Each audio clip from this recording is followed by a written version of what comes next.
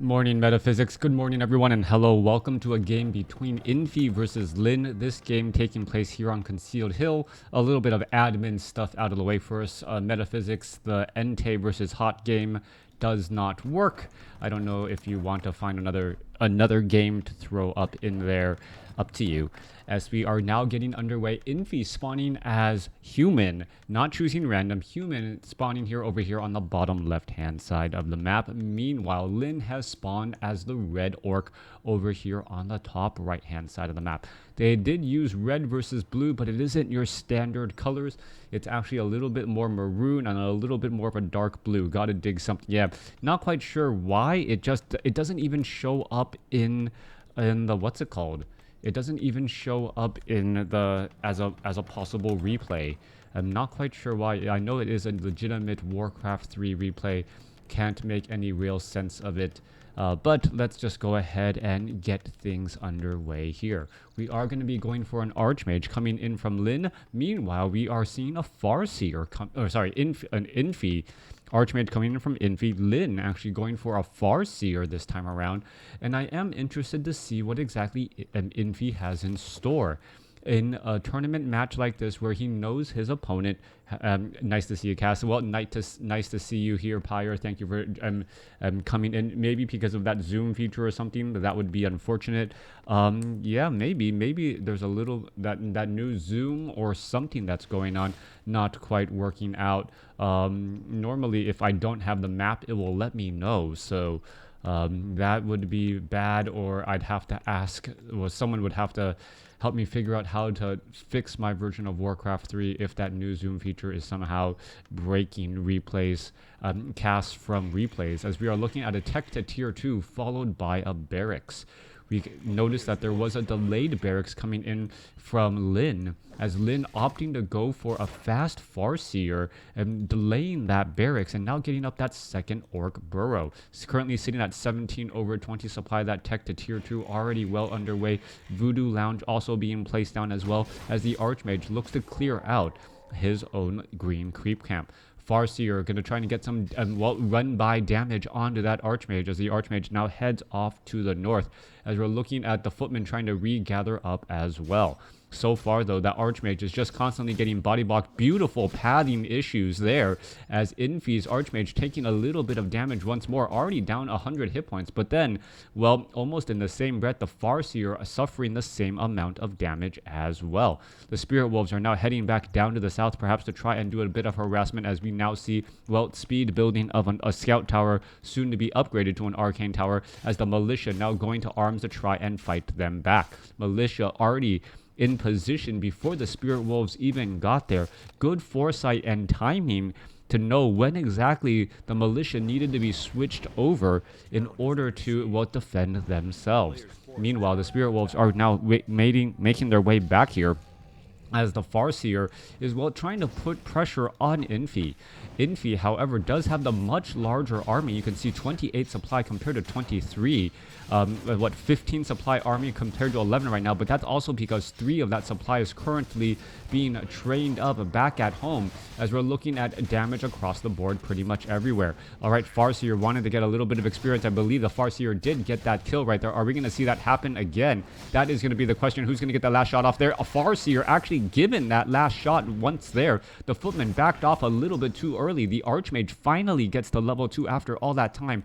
Those two, well, creep kills right there, important to delay that Farseer's level 2, as we know how important getting Brilliance Aura is on that Archmage. That Water Elemental pretty much going to fall and dissolve into nothingness here, as we are looking at the Footman now engaging. All right, this could be bad news. Did the Farseer get that kill? No, I believe the Archmage did right there. Damage getting added, and there is a bit of slow across all of these units, as well as the Archmage is trying to make its way free. Farseer now being forced to, well, try and back away again, and that Archmage is absorbing a lot more damage than it bargained for. Meanwhile, low hit point Footman with slow in effect could end up getting taken down. No, does not get taken down, as we see him perhaps going to aggro the creeps. Does not do so, well, as the grunts are now separated from that Farseer. All right, Spirit Wolves being resummoned back down. Footman trying to retreat back. Water Elemental, well, just staying behind to cause a little bit of problems. Archmage was able to heal up at that Fountain of Health, as that fountain of health, well, all the creeps were sleeping on the job right there. Perfect timing. All of that damage pretty much mitigated as that Farseer is going to try and head back, or sorry, that Archmage's now trying to head back off to the north. Thank you, Metaphysics. Tauren Chieftain is out onto the field, and it looks as though the Farseer is going to continue his harassment while the Tauren Chieftain is out onto the field doing a little bit of creeping. You can see the Tauren Chieftain does have a couple of items in its inventory and backpack, as the Tauren Chieftain now with Endurance are trying to make a bit of a run here. All right, Spirit Wolves being resummoned once more. Tauren Chieftain now looking to back away, perhaps absorbing a little bit too much damage. Now going to go after that Forest Troll Berserker, and there is just two fights going on at the same time. All right, Spirit Wolves trying to back away. Farseer going up against, well, Footmen and Water Elementals. Meanwhile, the Tauren Chieftain going after this Forest Troll Trapper or Forest Troll Berserker creep camp. I think it's a 3-4-4 or 4-4-3-3 creep camp as opposed to the 5-3-3 as the units just passed by that Ogre Lord. We should be looking at a Bestiary, yes, and also a Spirit Lodge. Surprisingly enough, we do not see Raiders being trained up first. I often see Raiders being used to try and take down that center Ogre Lord through separation. Instead, Ogre Lord going to get bolted and surrounded right there, but it looks like Lin is going to try to make his opponent pay for that just a little bit more as damage is now adding in. Water Elemental being dropped in. Tauren Chieftain is right here. How expensive and how costly is this going to be? Who's going to get the experience? Tauren Chieftain trying to finish it off. Tauren Chieftain doesn't get the experience. Mountain King gets it, and the Brilliance Aura as well. Not that useful of an item, but still going to be used a little bit there as a peasant gets taken down. All right, Spirit Wolf getting forced back again there. Level 1 on the Tauren Chieftain, level 1 on the Farseer. We are looking at an Archmage sitting at level 2. Mountain King still with that Brilliance Aura once more. And, well, I'm going to try and clear out the remainder of this creep camp. Stormbolt onto the Forest Troll High Priest to prevent any more inner fires or healing. There goes another inner fire on that, well, Forest Troll Trapper, though. So this will be a more difficult creep camp to try and take out, as a little bit of extra healing goes, or a little bit of extra armor can go a long way. All right.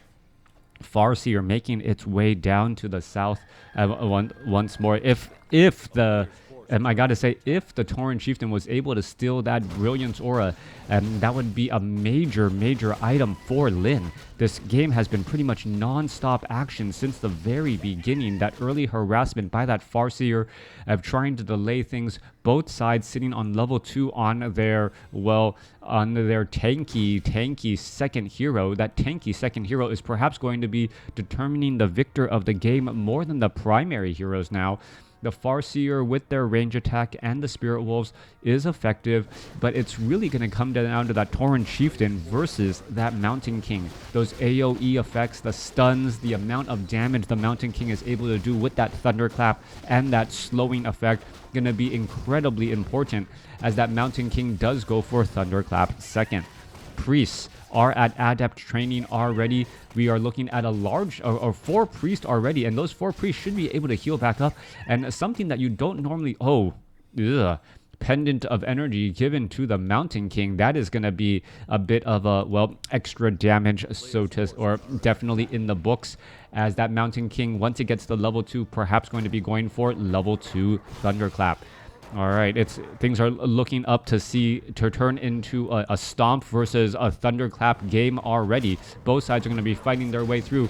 Footmen going to get taken down here. Are we going to see? Oh, there goes one Footman there as inner fire now coming across. Who is going to try and engage here, as the Tauren Chieftain could try and go after these Forest Troll Trappers here. There is double Kodo Beast. Mountain King could try to come in from the back here. Farseer is right here. Who's going to come out on top, as the Mountain King, well, no, there is an illusion there, Mountain King as well. Just going to get left behind. Water Elemental giving free experience now to the Tauren Chieftain and that Farseer. All right, we're looking our way down to the south. There is one arcane tower. Speed building this town hall. This town hall is extremely expensive to build. When you build, I believe, with 3 peasants, you are essentially cutting it in half. So with another 2 peasants there, that is maybe what, cutting that down to 2/3 building speed. So that expansion is going to be up and running before this expansion off to the north is going to be up and running, even though the other one was started. All right, we're looking at Kodo Beast trying to chase after some units here. Gonna be able to get off one priest. There's another purge onto a priest, and picking off priests is incredibly important as they represent a extremely large amount of hit points. 50 supply over 50 compared to Infi's 43. Army sizes, well, no surprise that Lin is slightly larger in that category right now since his expansion isn't yet up and running. Are we going to see him fully saturate that second gold mine? That is the question as he now transfers some peons over. Lin looks like he actually had some foresight in this transition. He is sitting on a larger amount of lumber, and he should be able to transition into that very easily as the Tauren Chieftain, well, and the Mountain King are going to start battling it up. No, there was a thunderclap right there. Things are getting slowed down already. Tauren Chieftain now going to try and fight. Kodo Beast should be trying to eat some Spellbreakers, but there's that slippery Spellbreaker trying to escape out. There's a Lightning Shield. Big damage across the board as you look at peasant after peasant now just getting felled right there. Kodo Beast could have thrown and taken out that militia there as we see the shamans doing a great job doing exactly what replacing almost the raiders in their job. They're trying to slow down those priests and get them taken out. All right, interesting choice, using shamans over raiders there and allowing just the bestiary to go straight Kodos. This could be a change in the meta if this is working out well for Lin. The raiders are finally coming in, but it is the double Kodos first as opposed to the early raiders that normally have a very big impact. All right, Farseer now trying to hang around in the back a little bit, very close to level 3. We're looking at the Mountain King and the Spellbreakers trying to push back the other way. Are we going to see another Scroll of Speed? That is the question there, as the little bit of damage Mountain King illusion now getting faded back as the Mountain King Storebolt onto a raider right there. All right, are we going to see are we going to see anything? The Thunderclap coming in from that Mountain King already. You could read that a mile away as he got into position. Tauren Chieftain now currently low on mana, trying to finish off another Spellbreaker here. Kodo Beast need to head back, and that earlier use, level 4 on the Tauren Chieftain means level faster endurance aura as the units will be able to slip out. That earlier use of that Scroll of Speed for those 2 early priests, I'm sure it could have been a much more effective use for a tactical retreat. No healing salves finally being used as well as the units are getting back into position. 57 supply compared to 52. All right, the raiders, now that they are out onto the field, can actually go after those Spellbreakers. That is the big key here. Tauren Chieftain losing all of his mana. There's a massive Thunderclap as well, slowing things down dramatically. And even though Lin has had a strong opening, that Thunderclap with that pendant of energy could be just enough to give the advantage over to the Mountain King Archmage army. Archmage has gone for level 2 Brilliance Aura. If you've been wondering why that Mountain King seems to have mana for days, even considering that pendant, it is because his regeneration is just that much faster. Kodo Beast needs to get something in its belly, unable to do anything right there. We're going to see a Mountain King finish off that grunt right there as the damage now backing up. 52 supply compared to 57. Both sides sitting on comparable size armies and economies. Lin is playing extremely well, yes, in this game here. The question is, how is he going to be able to follow this up? The battles are going in favor of Infi, it seems, every time. It is those Spellbreakers which are counteracting that effect from that Tauren Chieftain. Meanwhile, unfortunately, the Orc army doesn't have any magic immune units, so it doesn't have a way to get around that Thunderclap. That can be such a problem. To deal all of that damage there. Hungry Kodos is most likely in order, but there are 2 Kodos in play. One of them is already getting digested, as well as the raiders are now diving in. And is it just going to go ahead and go after these peasants here? All right, peasants are going to be forced to stop mining. And what is going on? There's a chain lightning going after all of those peasants. Beautifully done, finishing off a fair number of units. Kodo Beast, is it going to be able to eat a target before it gets away? Yes, it will. And that is a definite dine and dash right there. Great use of the Scroll of Town Portal and the Kodo Beast's ability. 350 gold. Well, you eat a Spellbreaker. and then you go ahead and exit out of there. That is just a long time to digest and be ready for all of that subsequent action. All right, Spellbreakers still out onto the field. We are going into larger and larger number of Spellbreakers. We are not transitioning into Tauren, which is, it sometimes feels like a trap to try and deal with Spellbreakers to go after those Tauren, as the Tauren themselves end up are very vulnerable to that Thunderclap effect. And, well, the Spellbreakers with their range attack can kind of kite those Tauren once those Tauren are slowed. Kodo Beast with that Dine and Dash, that Scroll of Speed is actually counteracts that Thunderclap ability for movement speed, as the Tauren Chieftain now looking to back up again. The Tauren Chieftain perhaps, ready on the trigger finger for that Potion of Invulnerability, as we're looking at 69 supply going up against 60. All right, a Raider ensnare onto a Sorceress, but does not force an engagement just quite yet. Farseer picks up a second Scroll of Healing as well. We see some Wind Riders as well to try and perhaps pick off some of those subsequent units. All right, I don't know if that experience was given, but the Tauren Chieftain is awfully close to level 5. And we know, and the Mountain King is only still sitting at level 3. Well, halfway to level 5 for that Tauren Chieftain. All right, getting closer to level 5 on that Tauren Chieftain. That is going to be incredibly important. We know how strong and how effective a very, very well-placed Stomp can be, especially as that radius continues to grow and grow. We're going to see an ensnare onto that Spellbreaker there. Yunus trying to back away. There goes a Purge once more. And, well, there is a large number of Spellbreakers here. Kodo Beast, both of them having room in the belly. There's that Thunderclap that we were talking about earlier. As for the Wind Riders, there's a Stomp, and it's going to at least slow down some of those priests there, as the Grunts are now engaging against those Spellbreakers here. Tauren Chieftain now trying to make its way back around. More slow from the Thunderclap. Farseer sitting at level 4. Double Claws of Attack, very useful for that Farseer, as the Flying Machines are getting taken down. Mountain King, Potion of Lesser Invulnerability, but seems more as a desperation attempt, as the priests need to be healing up the Mountain King and not healing up each other. That Mountain King is in a little bit of trouble, as we see some damage now adding up. Another priest getting taken down, and as the priests fall, well, the Spellbreakers magic immunity actually working against Infi, as the Chain Lightning bounced from caster to caster to caster. If some of that damage was absorbed by the higher hit point Spellbreakers, who seem to be in a better spot, things could have gone well, but that is the game. Beautifully played by Lin. An outcome that I was not expecting. It seemed like Lin actually had better preparation in that match, knowing what exactly Infi was going to go for.